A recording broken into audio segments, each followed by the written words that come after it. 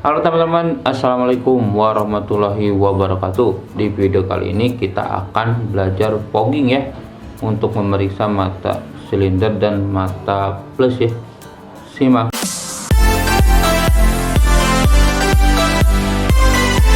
Apa sih fogging itu? Fogging itu adalah pengaburan ya. Jadi fungsi fogging ini untuk melumpuhkan akomodasi mata ya, atau mematikan akomodasi mata. Ini sangat diperlukan ya jika kita memeriksa mata plus khususnya plus jauh ya, biar tidak kekurangan, dan memeriksa silinder untuk melihat aksisnya ya, aksis silinder. Nah, kita coba praktekkan ya. Yang pertama kita akan coba menerapkan di pemeriksaan silinder ya. Jadi fogging itu biasanya dipasangin ya sama kipas astigmat atau clock dial ya. Nah, kita coba pasangin. Untuk pertama kita siapkan alatnya ya, seperti biasa. Kita harus punya alat periksanya ya, trial frame, trial lens, sama Snellen cat ya. Langkah awal seperti biasa kita anamnesa ya, untuk pemeriksaan segala pemeriksaan anamnesa itu tanya-tanya ya. Yang kedua kita mencari visus dulu ya. Visus itu dibagi dua dengan akses visus, ada BPS ya, base visus. Jadi kita coba dengan akses visus tanpa lensa. Caranya sama ya, tutup mata pasiennya ya sebelah-sebelah, atau enggak pakai ininya juga bisa ya, dengan ditutup sebelah dengan occluder atau penutup ya. Misalnya kita coba mata kanan dulu, sampai berapa ya Snellen catnya bisa kebaca. Misalnya sampai baris kelima nih misalnya, atau kelima PECFD. Nah, ini bisa sampai kelima misalnya yang kanan. Kalau yang kiri nanti yang kanan yang ditutup ya. Ini sampai baris mana gitu. Oh, ini sampai ke 6, berarti lebih bagus ya, EDFCZP. Nah, ini lebih bagus. Nah, itu namanya akses visus.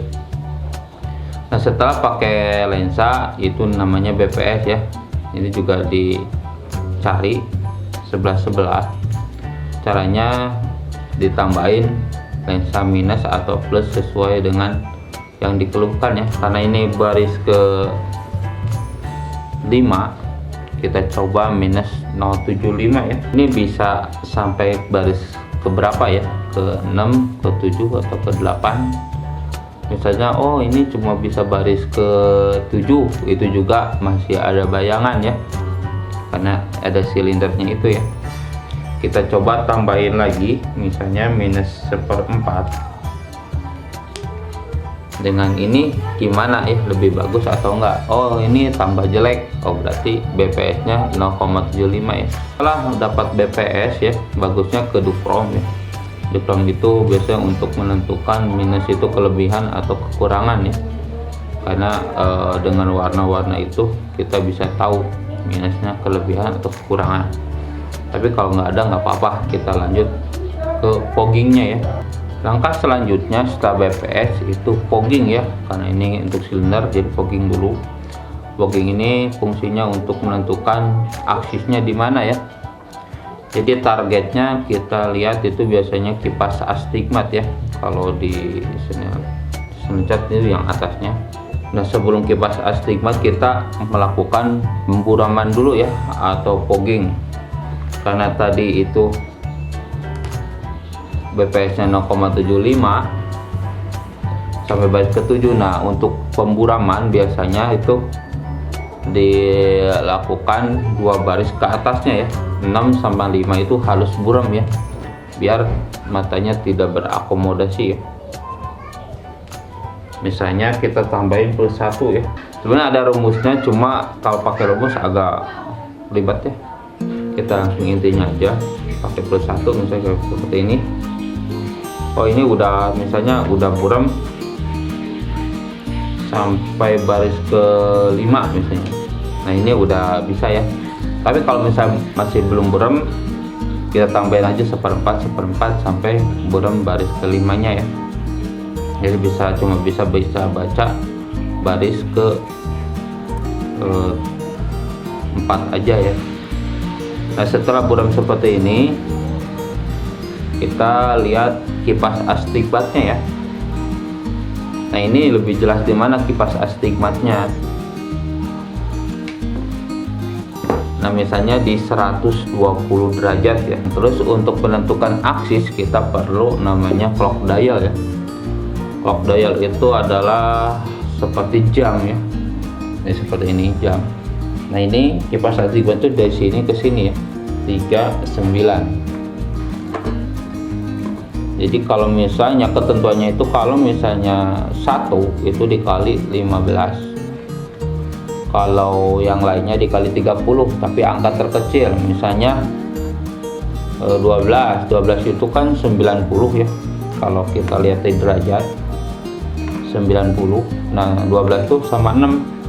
Nah 6 nya yang dikali 3, 6 kali 3 berarti 180 aksisnya. Kalau satu itu 120. Nah 120 ini 1 sama 7 ya. Ya berarti satunya dikali 15 derajat. Kedua itu 150. Nah 2 ke berapa ini? Ke 8. Berarti 2 dikali 30 berarti 60. Kalau 3 berapa nih? 3 sama 9. Ini 180 ya. 3 dikali 30 berarti 90 ya. Aksisnya 90 derajat. Seperti itu ya. Kalau 11 berarti yang 4-nya. 11 itu biasanya itu 60 ya. Jadi 11 sama 5. Ya 5 yang dikali 5 kali 30 150. Kalau 10 itu 30 ya. 10 sama 4 kali 30 berarti 120. Seperti itulah caranya ya.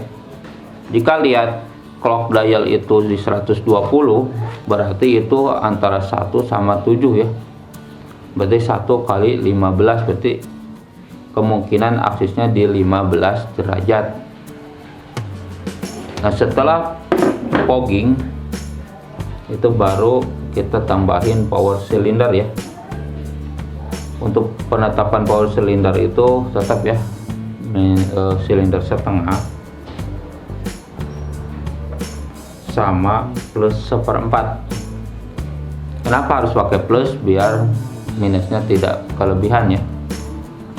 Tapi untuk foggingnya dilepas dulu ya, yang plus satunya dilepas, kita ganti silinder setengahnya tadi itu di 15 derajat, kita atur ke 15 derajat seperti ini, tambah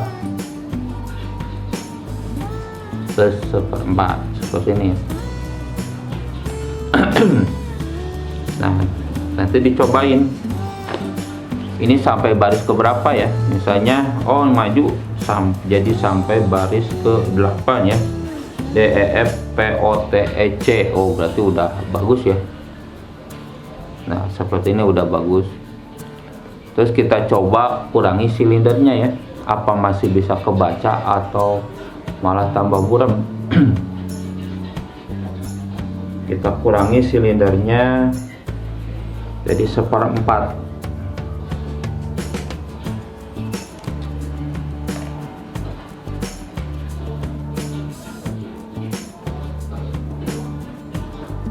Seperti ini, dikurangi 1/4. Tambah buram, berarti silindernya masih setengah ya. Kalau tambah buram, kita ganti lagi ke silinder setengah.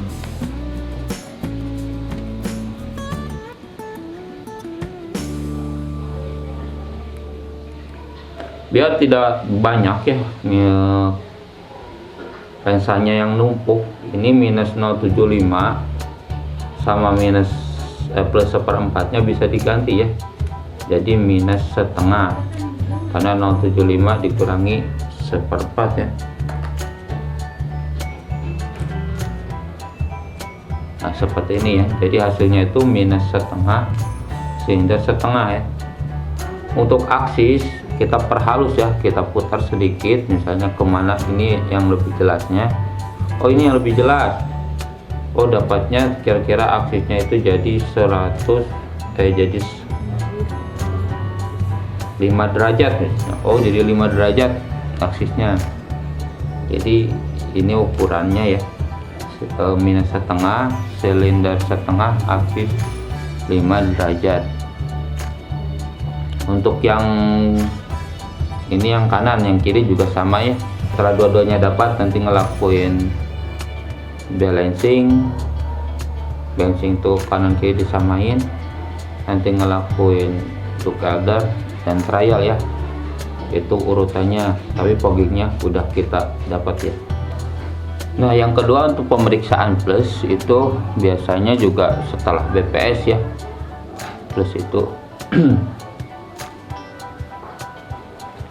ya kita caranya sama ya, hampir sama, kita lakuin akses visus seperti ini. Misalnya akses visusnya sampai baris ke-6.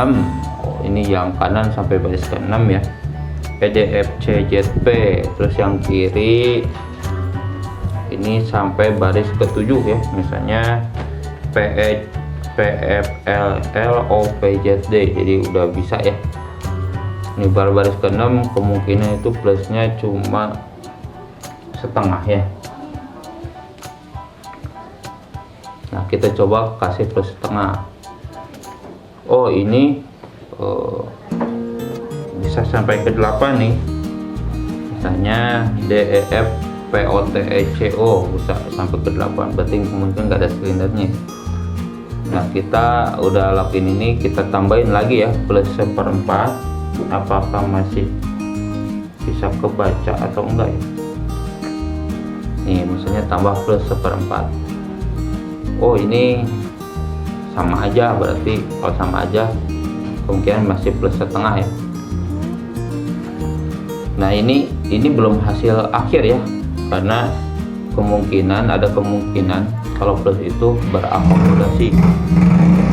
Kita coba matikan akomodasinya, cuma kasih tahu customernya ya, atau yang diperiksa bahwa akan diburemin ya. Dan nanti diburemin sampai ke 7/6, jadi diburemin dua peringkat ya.